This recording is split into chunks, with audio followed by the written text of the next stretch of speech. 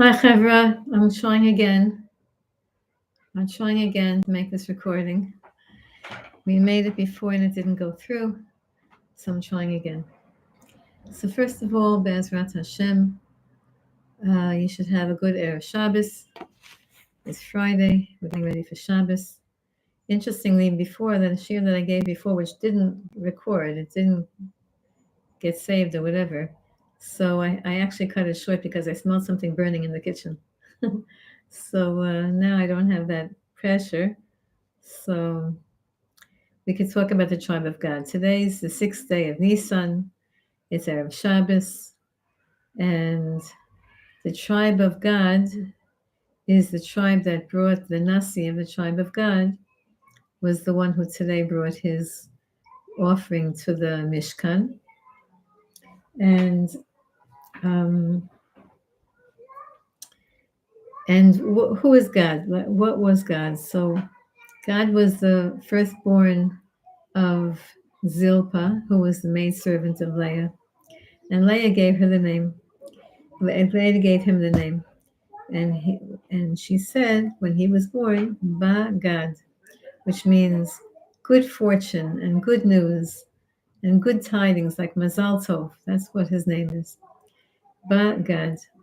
And so today's a good day. It's interesting that in English, in Hebrew, the name is Gad, Gimel Dalet, which, by the way, is the reverse of the letters Dag. Dag means a fish. We eat fish on Shabbos. Gimel Dalet is the order that appears in the Aleph Beis. The only other word that we have like that is Av, the tribe of the month of Av. And so Gimel Dalet means giving to the one who needs to receive. That's what Gimel Dalet. Gimel is giving and Dalet is the receiver. So God is that energy of giving above and beyond the call of duty. That's called God. And it's always good when we do that. Of course, everyone has to know what that means, to give above the call of duty, to give more than necessary. We, of course, are not saying that that's supposed to be with, it's a crazy world that we have to qualify and say you can't give to people who are harming you, you shouldn't give to your enemies, they should. It's ridiculous that we supply, isn't it ridiculous? Israel's at war with Gaza, and yet we supply them electricity and the water. Like, what is that? It's crazy. It's a crazy world that we're living in, and the world criticizes us. Okay, that's not a discussion for Erev Shabbos. Now it's past Chatzot of Erev Shabbos, Yerushalayim Kodesh. So today's a good day. Today's a day of good fortune. And today's a day of giving. Now, why am I saying it's giving? Because that's the name of Gimel Dalet. That's the letters of the name God. You can analyze a name in many, many different ways. David HaMelech said about himself that the reason his name was David was because he was Dalet in the beginning and Dalet in the end, meaning Dalet means poor or needy. And only the Vav in the middle of his name, which means the pipeline from God, sustained him. So it's a good day. Gimel Dalet, good in English and in all the Latin languages. Gimel Dalet, God in all the languages in English. And so let's look at the bracha that Yaakov Avinu gave to his son God. He told him that he's going to be a warrior. God Gedudi Gudenu. Some people say that at night in Kriya Shema Lamitza. God is a warrior. They're a strong nation. They're a warrior. Which means for us that today's a day of battle. Now, what does it mean, battle? It's Erev Shabbos, but we have to battle our laziness.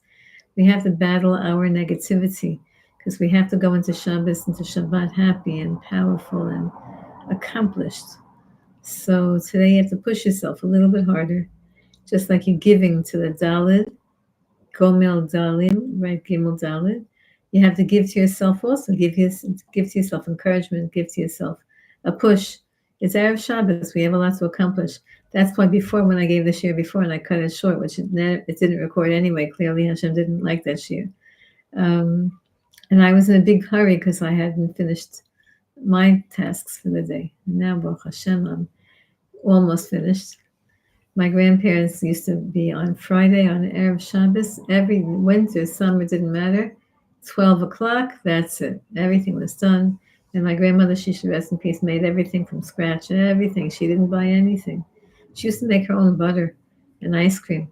Anyway, um, I'm not so, I don't know, I have to, there's always more to do. For me, there's always more to do, more to do. I have more time, I'll do more things. Okay, God is the interesting avoda of God. So where did God live? Where did the tribe of God live? They lived on the other side. They didn't live in Israel proper. They lived in modern day Jordan, which is the other side of the Jordan River. Reuven, the tribe of Reuven, the tribe of God, and half of the tribe of Manasseh lived on the other side of the Jordan River. And interestingly enough, that's also where tradition says that Moshe Rabbeinu passed away, and somehow in that area, someplace in that area, was the resting place of Moshe Rabbeinu. Even though it's not actually physical because he was elevated above, but it's over there. And so God, what's the energy of the tribe of God, is also fighting and battling. What's the battle? The battle is to survive in exile. Because on a certain level, they self-imposed exile on themselves. Why did they do that? Because they knew they wanted to keep Moshe Rabbeinu company. They knew that he wasn't going to enter into Eretz Yisrael proper, and he was going to be over there. They wanted to stay with him over there. That's a very dangerous, it was a very beautiful idea, but it's very dangerous because they're now surrounded by the nations of the world, and they don't have the complete sanctity of Eretz Yisrael. So God is about the tribe of God, and this is all the chutznikim, everybody who lives in the Chutz La'aretz, which I'm sure nobody is living in Chutz La'aretz, meaning when I was in the Chutz La'aretz, people would ask me, where am I living? Where do I live? I would say, I live in Yerushalayim HaKodesh. They said, really? Where? I said, well, I'm hanging out now in New York, but I live in Yerushalayim HaKodesh. That's where I'm really alive. So everybody's really alive here in Eretz Yisrael. But if you're in Chutz La'aretz temporarily right now, so you're the energy of God and the energy of today is to hang in there and to stay strong and connected and observant and Torah aligned and Torah observant, even when you're in Chutz La'aretz. And even for us in Eretz Yisrael, we're still in exile right now. And it's a much less exile than the Chutz La'aretz, but still Mashiach hasn't arrived yet, or hasn't been activated yet. The Beis HaMikdash hasn't descended yet.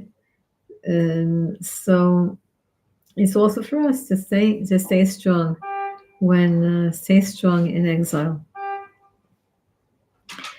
In the very, very beginning of the Nisim, so the Rav Yenuka, he began analyzing the names of the different Nisim. And so the name of God, the name of the Nasi of God is very interesting. Let me look it up for you 1 second. I had it here, but then I lost it.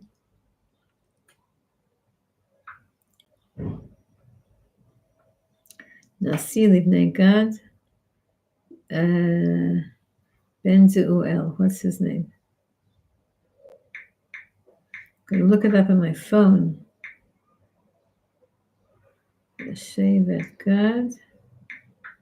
How crazy is this phone that you can ask it questions and it tells you the answer? Who was the Nasi of Shevet of God? Was Eliasaph ben Zeuel. Eliasaph ben Zeuel. It's such an interesting name. We don't have either of these names. We have the name God. People use the name God, not a lot, but Eliasaph ben Zeuel means I'm collecting everything and I'm using it to know God.